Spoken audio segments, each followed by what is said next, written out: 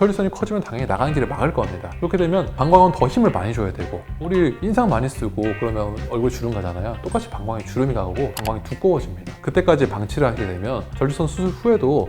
안녕하세요, 여러분의 비만 한식을 채워드리는 조시완입니다.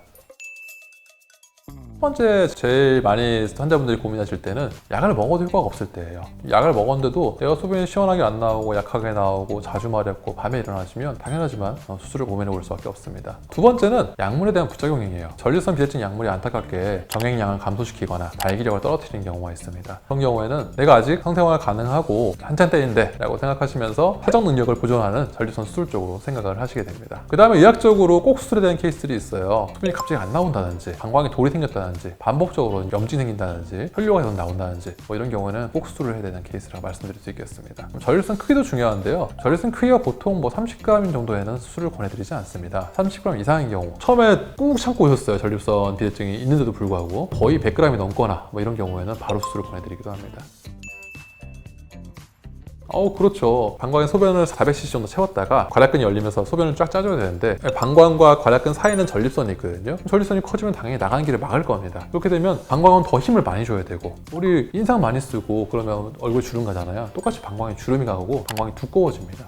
방광이 변성이 되게 되면 나중에 방광이 딱딱하게 변해요. 그럼 소변을 찼을 때 금방 마려운 과민한 방광이 되게 되고요. 또 막상 많이 채우지도 못하고, 마지막으로 소변을 볼 때도 압축력이 떨어지게 됩니다. 쉽게 말하면 방광이 망가진다고 말씀드리고 있고요. 그때까지 방치를 하게 되면 전립선 수술 후에도 완벽하게 정상으로 돌아오지 못하는 경우가 있습니다. 그래서 전립선 수술 타이밍을 놓치시는 경우에는 방광이 망가진다라고 말씀드릴 수 있겠습니다.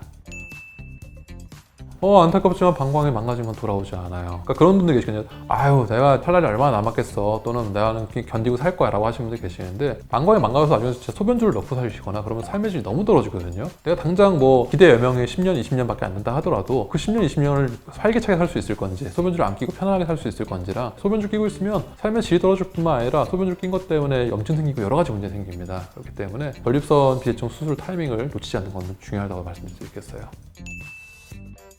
전립선 수술 잘 됐으면 당연히 드실 필요가 없죠. 전립선 비대증 수술 이후에 약을 드시는 거는 대부분의 경우는 방광 기능 문제입니다. 그러니까 방광이 예민하신 분들 있잖아요. 우리가 전립선은 수술되고 약도 있어요. 약이 안 되면 수술하기도 하고 약 대신에 수술을 하기도 합니다. 근데 안타깝게도 방광 같은 경우에는 약밖에 없어요. 수술로 해결되는 방법이 거의 없습니다. 그렇기 때문에 내가 전립선 수술 잘했어요. 소변이 시원하게 나오고 금방 나오고 남아있는 것도 없어요. 근데 안타깝게 방광이 너무 예민해요. 그래서 소변이 금방 마렵습니다. 또는 방광 문제가 아니라 콩팥 문제인 경우도 있어요. 밤에 소변이 많이 만들어져요. 하루에 24시간 동안 소변 보는 게 100이라고 하면은 나이가 들수록 그 밤에 만들어진 소변량이 늘어나거든요. 근데 밤에 소변량이 30, 40이 나오면 방광의 용적을 이기지 못하고 결국엔 소변을 볼 수밖에 없어요. 그래서 거기에 대한 약들을 쓰는 경우는 있습니다만, 전립선 수술에는 전립선 약을 쓰지는 않습니다. 남성의 가장 흔한 암이 전립선 암이거든요. 그렇기 때문에 전립선 암은 간단하게 피검사로 가능합니다. 그래서 1년에 한 번씩 전립선 피검사를 꼭 하셔야 되고요. PSA라는 수치입니다. 그 수치를 꼭 체크하셔야 되고, 전립선 초음파는 자주 할 필요는 없어요. 한 2, 3년에 한 번만 하시면 충분합니다. 전립선이 갑자기 커지지는 않거든요. 초음파 프로브라고 해서 이 항문에 들어가는 초음파가 옛날엔 되게 굵었어요. 정말 힘들어하셨거든요. 근데 요즘에는 얇은 기계도 많이 나왔습니다. 그래서 최신의 초음파 기계를 갖고 있는 기념외과에 가셔가지고 초음파를 보시면 통증이 훨씬 덜 하실 겁니다. 중요한 게 초음파나 피검사는 중요하다고 생각하고 같이 동의하시는 경우가 많은데, 소변 속도 검사, 잔여 검사에서는 별로 신경 안 쓰시거나 하기 싫어하시는 분들이 많아요. 왜냐면 소변을 참고 와야 되고, 만약에 안 참았을 때 소변 검사하려면 물 마시고 기다려야 되니까 시간이 오래 걸리거든요. 이 속도 검사가 굉장히 중요합니다. 방광 기능과 수술에 대한 타이밍을 정확하게 잡아야 되는 그런 중요한 검사이기 때문에 요속도 검사와 잔여 검사를 진행해서 우리 방광 기능, 전립선 문제 같이 확인할 수 있겠습니다. 원래 소변이 조금씩 약해지던 분들이 찬바람을 불 때 갑자기 소변이 안 나오거나, 변비가 생겼을 때 갑자기 안 나오거나, 약주하실 때 안 나오거나, 감기약을 드셨을 때 갑자기 소변이 안 나온 경우가 있거든요. 그때는 너무 사실은 좀 늦게 오신 거예요. 그때는 당연히 수술을 해야겠지만, 꼭 수술해야 한다는 얘기는 즉슨 이미 다른 게 망가져서 정말 안 하면 큰일 난다는 얘기이기 때문에 그 전에 오셔가지고 건강검진처럼 검사를 받으시는 게 좋겠습니다.